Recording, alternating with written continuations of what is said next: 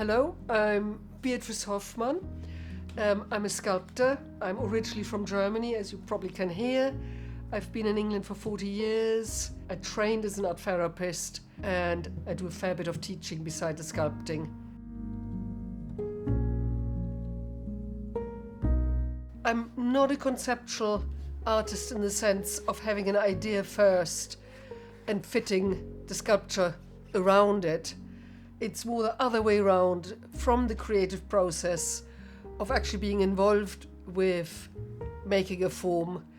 The expression comes through it and from it. So I'm really a fan of pure and intense form. It's the vocabulary of sculpture, and I do believe in sculpture to say things better than words.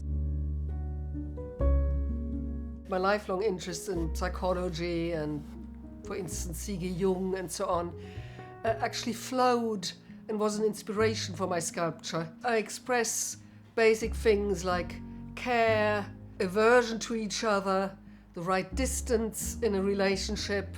So I have mother and child and nurturing, and it's about how close does one want to be, how close is comfortable, how close is too close and claustrophobic. So all of that you can express quite physically in sculpture. This sculpture here, Sisters, is actually one of the few sculptures that are commissioned. It's a private commission of a couple that celebrates their 25th wedding anniversary and the 3 daughters they created in that time. I represented the sisters. They could even be parents with a child or one mother with 2 children. It's basically a family group.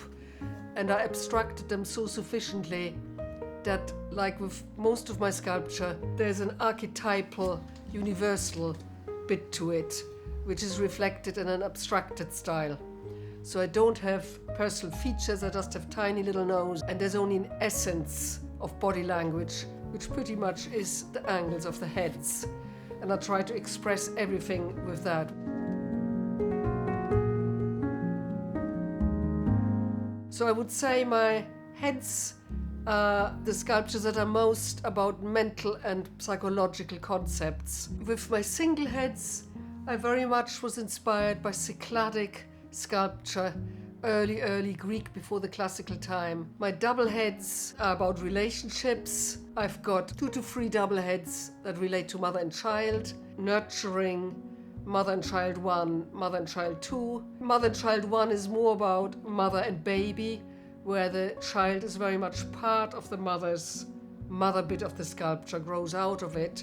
Mother and child 2 got a little bit of Edward Munch in it. It could be a woman with her hair nurturing a man lying at the base, or it could be a child.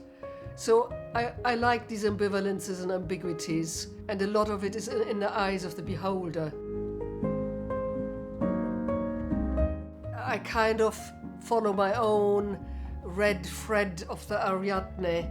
Last sculptures will give me an idea for the next sculpture. In a way, you feed yourself, trying hard to avoid repetition. I sometimes had intrusions in that kind of self-feeding kind of generation of ideas, which were commissions, and I only picked the ones that really speak to my heart. One was a public commission by the Northampton Hospital for their organ donation project. My sculpture was really meant to advertise organ donation, but it was also there to celebrate the organ donors, of which obviously lots of them are dead. But some organ donors are not dead. They're kidney donors, and they might be siblings or marital partners. In my usual manner, I wanted to elevate that sculpture from the quite narrow area of organ donation to the much more universal area of caretaking and care receiving.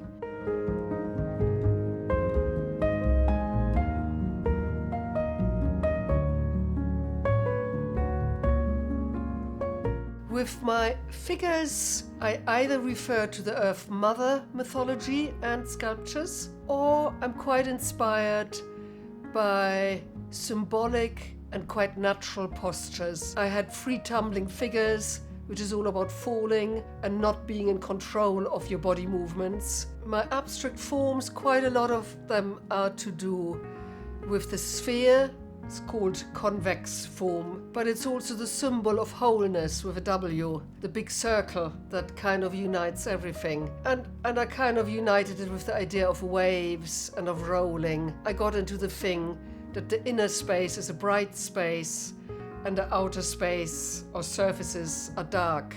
And again, you can use it symbolically that inside shines the light, outside it's dark, and it's like a protection of the inside.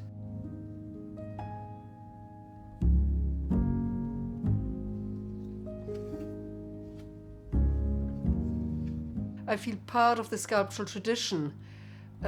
All the sculptors who've come before me, hopefully sculptors who come behind me, I feel I'm feeding into that. Whether I'm famous enough for these sculptures to survive me or not, I don't know. But I feel protected by that tradition.